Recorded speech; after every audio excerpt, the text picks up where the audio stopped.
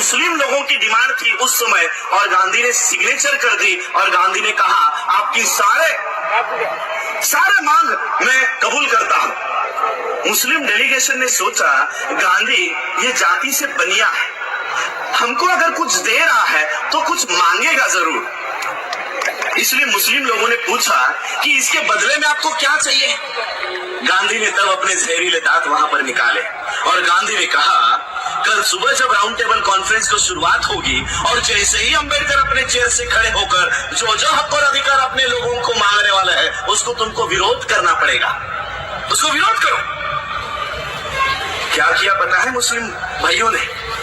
मुस्लिम भाइयों ने कहा कि अस्पृश्यों के, अछूतों के हक और अधिकार में से अगर आप हमको कुछ देना चाहते हो तो हम कतई स्वीकार नहीं करेंगे। दूसरे दिन ये मुस्लिम बाबा साहब के बाजू से खड़े हुए, बाबा साहब अंबेडकर जी के बाजू से खड़े हुए और बाबा साहब अंबेडकर जी को इस देश में कॉम्युनल अवार्ड जाहिर हुआ। आज का जो आपका रिजर्वेशन है ये भारत सरकार ने दिया हुआ नहीं है। हर दलितों, हर उन छोटा जातियों, बाबा साहब आम्बेडकर का हिस्ट्री में पढ़ो कि मुसलमान उसके साथ में कैसे खड़ा था, पहला एमपी किधर से बना था, कौन सपोर्ट किया था। अभी ज़रूरत है वो कमज़ोर मुसलमानों के साथ आप लोगों को साथ देना पड़ेगा। जो सरकार की लाल पावर में और सत्ता की पावर में कुछ भी बोलता है कि हम ही हैं, हम जिसको जो चाहे करेंगे, तो ये आप लोगों को सोचना चाहिए। और भारत का हर कमज़ोर तबका एक साथ आएगा तो दुनिया का कोई भी ताकत हमारा संविधान को कुछ नहीं कर सकता। इन सर का पूरा बात सुनिए, फिर हम आप लोगों के सामने कुछ थोड़ा बात रखेगा। एक भाई के हिसाब से आप लोग सोच के देखिए कि बात में सच्चाई है क्या नहीं। आज आपकी जो पॉलिटिकल रिजर्वेशन है ये भारत सरकार ने दिया हुआ नहीं है। आज आपके जो वोट देने का अधिकार है ये भारत सरकार ने दिए हुए नहीं है, ये बाबा साहब ने राउंड टेबल कॉन्फ्रेंस से लाए हुए अधिकार है, राउंड टेबल कॉन्फ्रेंस में लाए। और तीसरा उदाहरण देता हूं, क्यों बुलाया मुस्लिम को। इस देश में जब अंग्रेजों ने सोचा कि अभी इस देश को आजाद कर देना चाहिए, इस देश में बहुत उठाव हो रहा है, आजादी की मांग हो रही है, अब हमको इस देश से चले जाना चाहिए, तब अंग्रेजों ने कहा चले तो जाएंगे लेकिन हम जाने के बाद ये चलेगा कैसे, ये देश चलेगा कैसे। और इसलिए इस देश को चलाने के लिए एक कॉन्स्टिट्यूएंट असेंबली, संविधान सभा होनी चाहिए। ये संविधान सभा इस देश के संविधान को निर्माण करने का काम करेगी।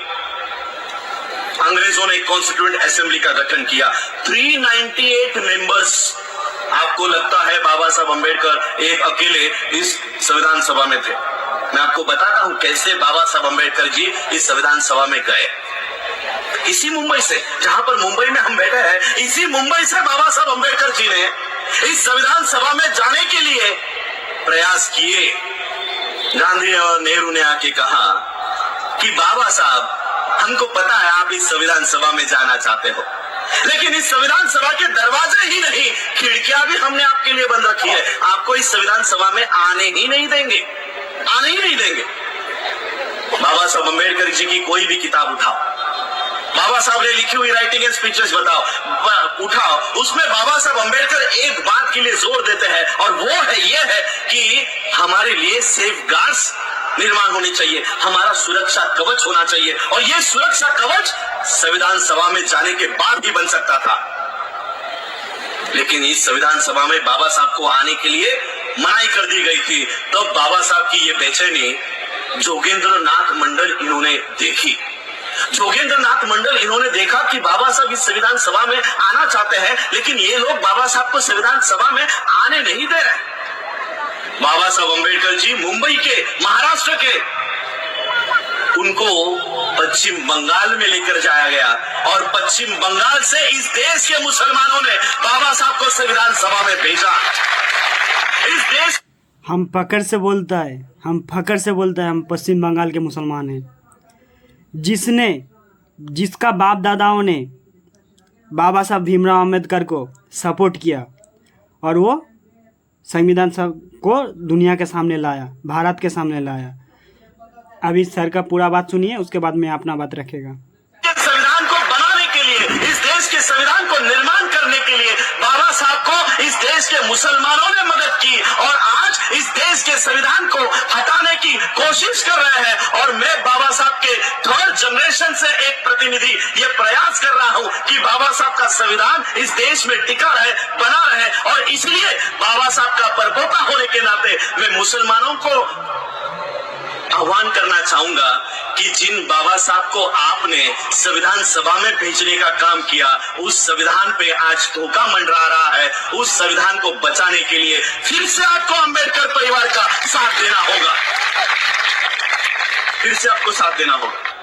1 जनवरी का यहाँ पर खास मेरे पुलिस भाई बैठे हैं, मैं उनको भी मैं कहना चाहता हूँ हर दलित भाई को, हर उन छोटा जाति भाई को, कि जो संविधान को फॉलो करता है, जो बाबा साहब भीमराव अम्बेडकर सर को मानता है, जो बाबा साहब को मानता है, बाबा साहब को मानने वाला कोई आतंकवादी नहीं होता। तो भारत का मुसलमान किसका साथ दिया? बाबा साहब का साथ दिया, संविधान का साथ दिया, हर उन छोटा जाति का साथ दिया। हर उन सब भाई मिलके एक साथ अभी लड़ाई करेगा, मारपीटी का लड़ाई नहीं, संविधान बचाने का लड़ाई। इधर मेरे को दिखाई दे रहा है संविधान को बचाने के लिए सबसे ज़्यादा मुसलमान ही अभी मेहनत कर रहा है। वो दलित भाई कहाँ है? वो दलित हर लीडर कहाँ है कि दोनों मिलके आप काम करें, दोनों मिलके संविधान को बचाए? कहाँ है वो सब भाई? और जो मौजूदा सरकार का कुछ सीट पे भी बैठा है, वो लोग भी तो उधर से आता है। उनके लिए मुसलमानों ने कैसे सपोर्ट किया? पश्चिम बंगाल के मुसलमानों ने जिता के किधर भेजा? अभी मुसलमानों के ऊपर इतना अत्याचार हो रहा है, मदरसा को तोड़ा जा रहा है, जलाया जा रहा है, कुछ भी हो रहा है। बहुत 7 साल में दुनिया में बहुत कुछ देखा। वो सब बड़ा बड़ा लीडर आके कुछ किया? मैं आप भी बोल रहा हूँ, जो गलती हो गया छोड़ो। संविधान को बचाने के लिए हर दलित भाई, हर मुसलमान भाई, हर उन छोटा जाति सबको एक साथ आना पड़ेगा, नहीं तो इसको हम लोग बचा नहीं सकते। तो हर भाइयों को सोचना पड़ेगा। और जो गाली देता है वो तो उसका काम है नशा करके गंदगी फैलाना, वो तो अपना काम करते रहेगा। लेकिन हम लोग को संविधान को बचाना है, संविधान को सपोर्ट करना है। हम लोग जो भाईचारगी है, इसको एकता को कायम रखना है।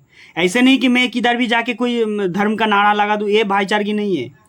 तुम अपना धर्म को मानो, मैं अपना धर्म को मानूँ। अगर तुम्हारा धर्म के बारे में मेरे को जानना है, मेरा धर्म के बारे में तुमको जानना है, तो आओ आके बात करें। लेकिन ऐसे नहीं मैं सर में जाके तिलक लगा के मेरा दिल में इस्लाम है, मैं तिलक लगाऊँ, ये सब भाईचारगी नहीं है।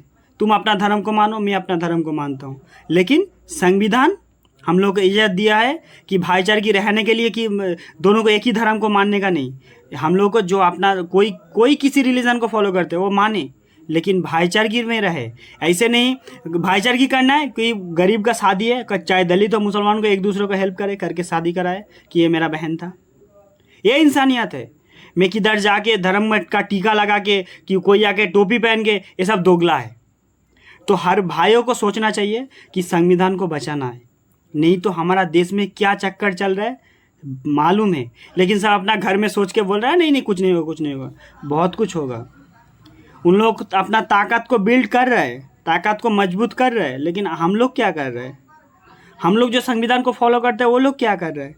तो इसके बारे में हर किसी को सोचना चाहिए। इन सर का भी हर बात को ध्यान से लेना चाहिए कि अभी कौन सा टाइम आ गया है, हम लोग को सोचना चाहिए, नहीं तो बहुत देर हो जाएगा। हर भाई को बोलना चाहता हूँ, जो लोग कुछ नहीं कर सकते कम से कम शेयर तो करो।